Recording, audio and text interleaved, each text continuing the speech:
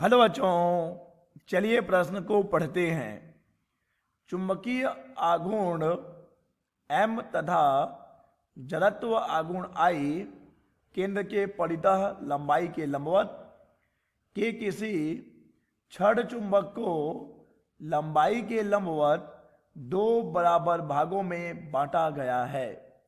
मान लीजिए मूल चुंबक का चुंबकीय क्षेत्र कैपिटल B में मध्य बिंदु से गुजरने वाले लंबाई के लंबवत अक्ष के परितः दोलन काल कैपिटल T है। प्रत्येक टुकड़े के लिए इसी प्रकार का दोलन काल T' होगा। तो चलिए बच्चों, सबसे पहले हम लिख लेते हैं मूल अवधारणा जिस पर कि यह प्रश्न आधारित है। बच्चों मैं लिख रहा हूं मूल अवधारणा। बच्चों यह प्रश्न आधारित है एक समान चुंबकीय क्षेत्र में चुंबकीय द्विध्रुव के दोलन पर। चुंबकीय द्विध्रुव का दोलन, चुंबकीय द्विध्रुव का दोलन। बच्चों चलिए हम समझ लेते हैं कि चुंबकीय द्विध्रुव के दोलन से क्या आशय है। बच्चों जब भी हम एक चुंबकीय द्विध्रुव को किसी एक समान चुंबकीय क्षेत्र में रखते हैं, ठीक है बच्चों, और जब हम इसे किसी कोण से विस्थापित कर दें, घुमा दें, मान लीजिए हमने इसे थीटा कोण से घुमा दिया है बच्चों, तो बच्चों इस पर एक बल आघूर्ण काम करता है टाउ बराबर एम बी साइन थीटा। ये तो हम जानते हैं, टाउ बराबर एम बी साइन थीटा। और बच्चों इसी बल आघूर्ण के कारण हमारा जो चुंबक है, हमारा जो चुंबकीय द्विध्रुव है बच्चों क्या करने लगेगा, वह दोलन करने लगेगा। और बच्चों इस दोलन का दोलन काल हम जानते हैं कि होता है कैपिटल T बराबर 2 पाई वर्गमूल I बटे एम बी, जहां की बच्चों I है जड़त्व आघूर्ण, B है चुंबकीय क्षेत्र और M है बच्चों द्विध्रुव आघूर्ण, चुंबकीय द्विध्रुव आघूर्ण। तो चलिए बच्चों इस मूल अवधारणा का प्रयोग करते हुए हम इस प्रश्न को हल करेंगे। बच्चों प्रश्न में कहा गया है कि हमारे पास एक छड़ चुंबक है। तो चलिए एक छड़ चुंबक बना लेते हैं बच्चों। ये है एक छड़ चुंबक और इस छड़ चुंबक का द्विध्रुव आघूर्ण है M और इसके केंद्र के परितः लंबाई के लंबवत इसका जो जड़त्व आघूर्ण है बच्चों कितना है, जड़त्व आघूर्ण है I। अब बच्चों हमने क्या किया है, हमने इस छड़ चुंबक को लंबाई के लंबवत दो बराबर भागों में काट दिया है। देखिए बच्चों जब भी एक दंड चुंबक को या छड़ चुंबक को n बराबर भागों में काटा जाए, n बराबर भाग में काटा जाए, ठीक है बच्चों, तो प्रत्येक भाग का चुंबकीय आघूर्ण, चुंबकीय द्विध्रुव आघूर्ण बराबर होगा। ठीक है बच्चों, तो मान लेते हैं कि प्रत्येक भाग का चुंबकीय द्विध्रुव आघूर्ण M' है, हमने उसे n भागों में काटा है, तो बच्चों n गुणा M' हमें मिलेगा M, जो कि उस ओरिजिनल छड़ चुंबक का जड़त्व आघूर्ण है। तो यहां पर बच्चों हमें संबंध मिल जाएगा कि M' बराबर होगा M बटे n। ठीक है बच्चों, तो अब हम जितने भागों में बांटेंगे हमारे प्रत्येक भाग का जड़त्व आघूर्ण, क्षमा कीजिएगा, प्रत्येक भाग का चुंबकीय द्विध्रुव आघूर्ण इस जड़त्व आघूर्ण का उतना भाग होता जाएगा।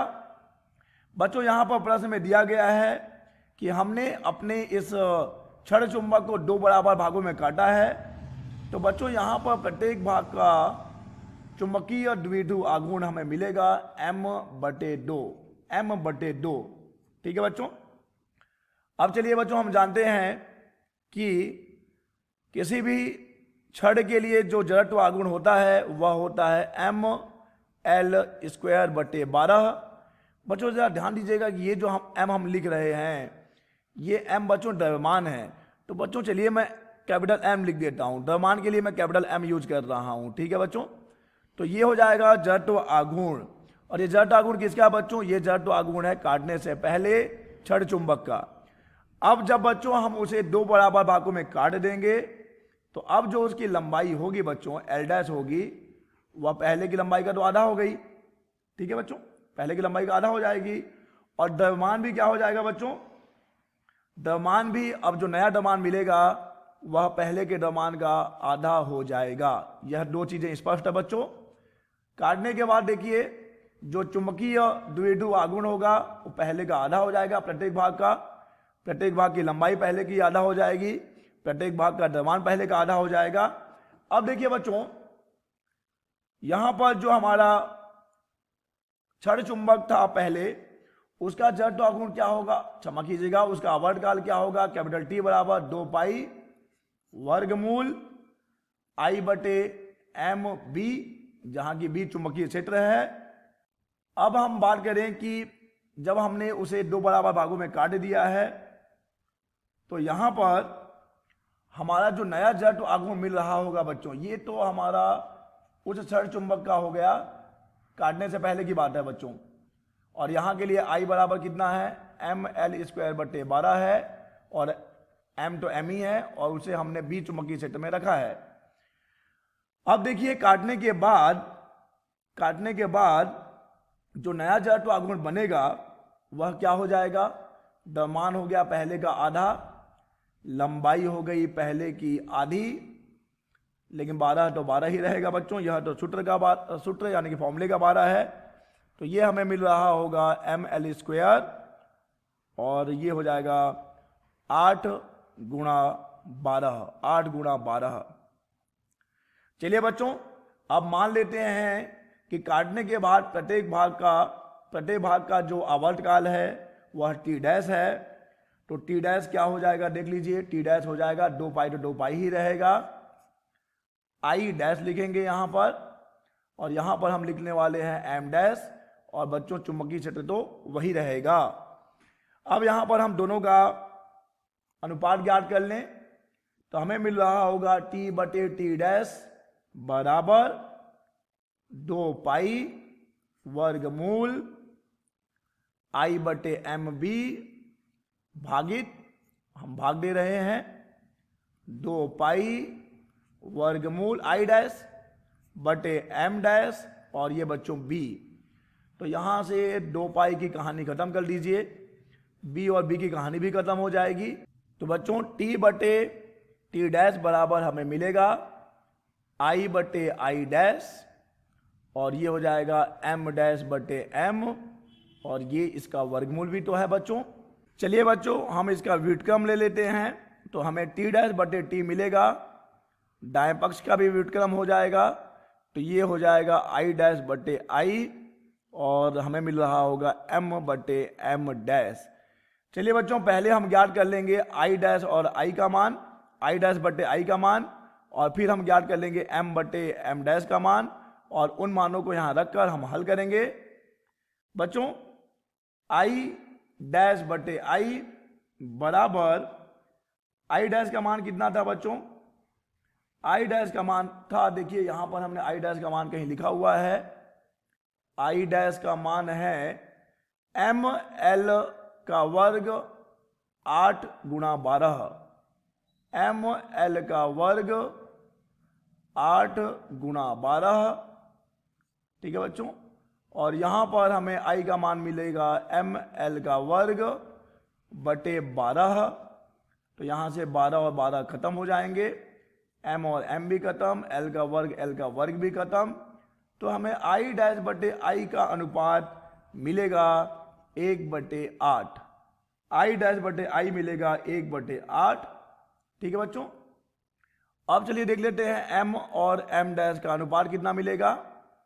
बच्चों m का मान तो हम m रख देंगे, और m डैश हम जानते हैं कि m का आधा है, तो यहां से m और m खत्म। तो m बटे m डैश बराबर हमें मिलेगा 2/1। चलिए बच्चों अब हम इन मानों को i डैश बटे i और m बटे m डैश का मान यहां रख देंगे t डैश बटे t में। तो हमें यहां पर मिल रहा होगा t डैश बटे t बराबर 2/1 गुणा 1/8, वर्गमूल के अंदर 2 एक कम, 4 दूनी 8, 4 दूनी 8, तो टी डैश बराबर टी बराबर मिलेगा, टी डैश बटे टी बराबर मिलेगा वर्गमूल 1/4, टी डैश बटे टी बराबर हो जाएगा 1/2।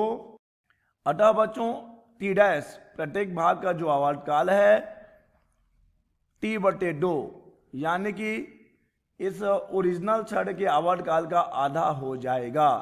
टी डैश बराबर t/2। आशा करते हैं बच्चों आपको यह प्रश्न समझ आया होगा। धन्यवाद।